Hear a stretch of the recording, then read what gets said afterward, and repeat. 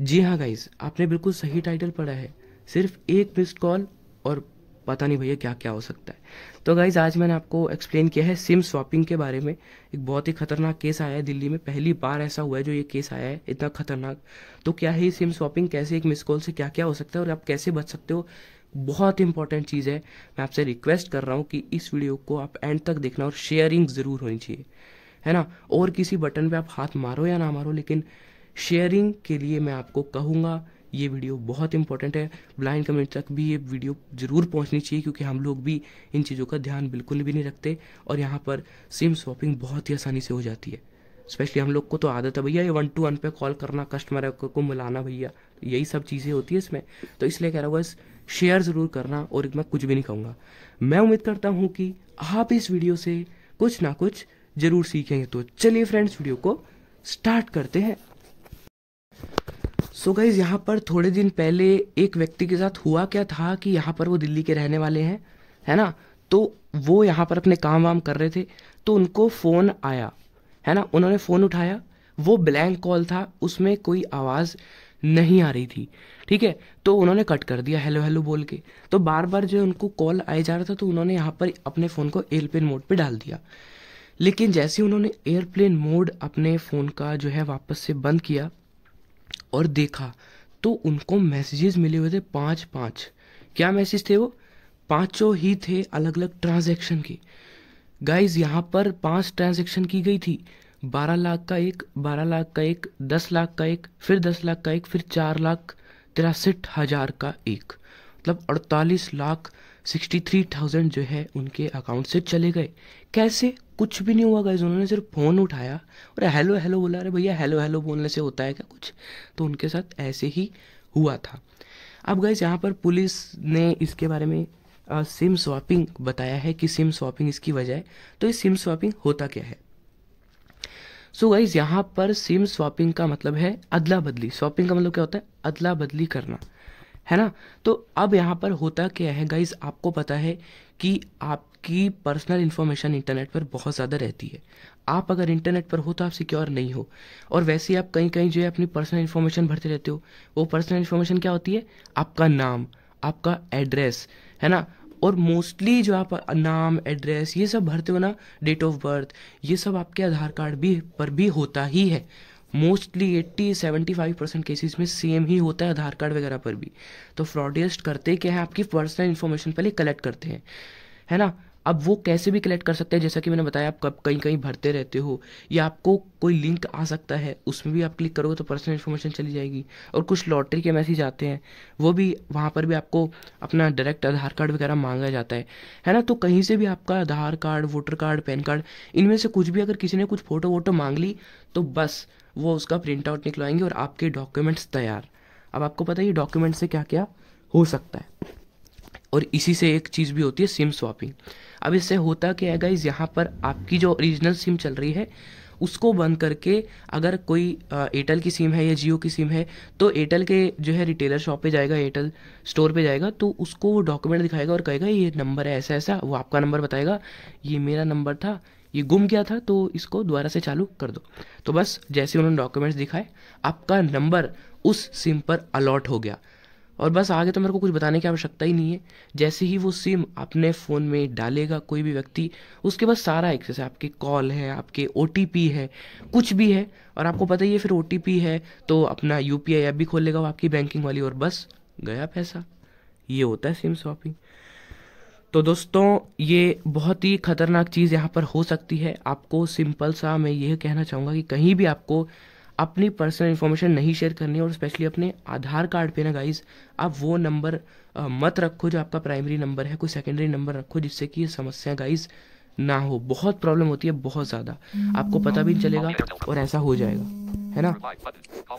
तो इसका आपको ध्यान रखना है, तभी आप यहाँ पर सुरक्षित रहोगे। अब एक और चीज़ यहाँ पर मैं बताना चाहूँगा सिम शॉपिंग से संबंधित। होता क्या है गाइज, आपको फ्रॉडियंस जो है कस्टमर केयर बनकर फ़ोन करते हैं। कैसे? वो जो भी आपकी सिम है, एयरटेल की या जियो की, तो एयरटेल की, जियो की कस्टमर केयर बन के जो है आपको फ़ोन करेंगे और बोलेंगे, नमस्कार, एयरटेल से मैं ये बात कर रहा हूँ जी, आपको नेटवर्क में इशू आ रहा है। सबका जवाब मोस्टली हाँ ही होगा, क्योंकि मोस्टली लोगों को जो है नेटवर्क में इशू आता ही रहता है। तो जैसे हाँ बोलोगे वो कहेंगे जी आप एक नंबर डायल कीजिए जो है *144 या *11*121 और उसके आगे अपना एक नंबर देंगे, वो एंटर करके आप सेंड कर दीजिए।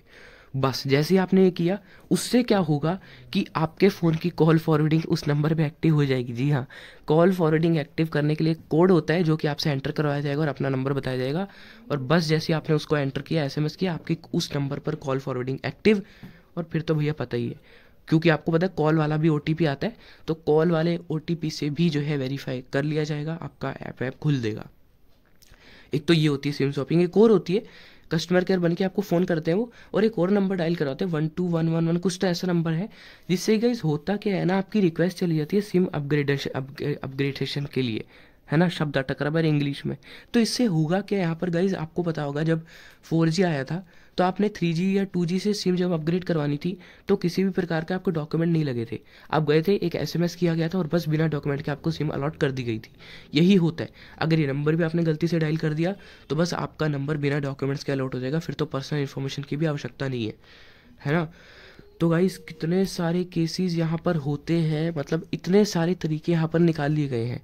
पहले तो ये कहा जाता था कि जब तक हम किसी को अपना ओटीपी नहीं देंगे तब तक जो है यहाँ पर हमें कभी भी ऑनलाइन फ्रॉड नहीं हो सकता, लेकिन अब फ्रॉडियर्स ने, साइबर जो क्रिमिनल्स हैं, उन्होंने इसका तरीका भी निकाल लिया है। तो ये गाइज तीन चार तरीके से सिम स्वैपिंग होती है, जो मैंने आपको बताई, बहुत ही खतरनाक है गाइज ये। और आजकल तो आपको पता ही है, पैसे जिसको ज़्यादा हम खिलाएंगे, भ्रष्टाचारी बहुत बढ़ती जा रही है, तो रिटेलर्स में भी हो सकता है ऐसा, ज़्यादा पैसे वैसे दोगे तो सिम हो सकता है अलॉट हो जाए और बस हो गया काम। बहुत गाइस ये मतलब सेंसिटिव चीज़ है। अब मेरे को एक बात बताओ, आपको सबसे पहली चीज़ से बचना कैसे हो मैं आपको बताऊं।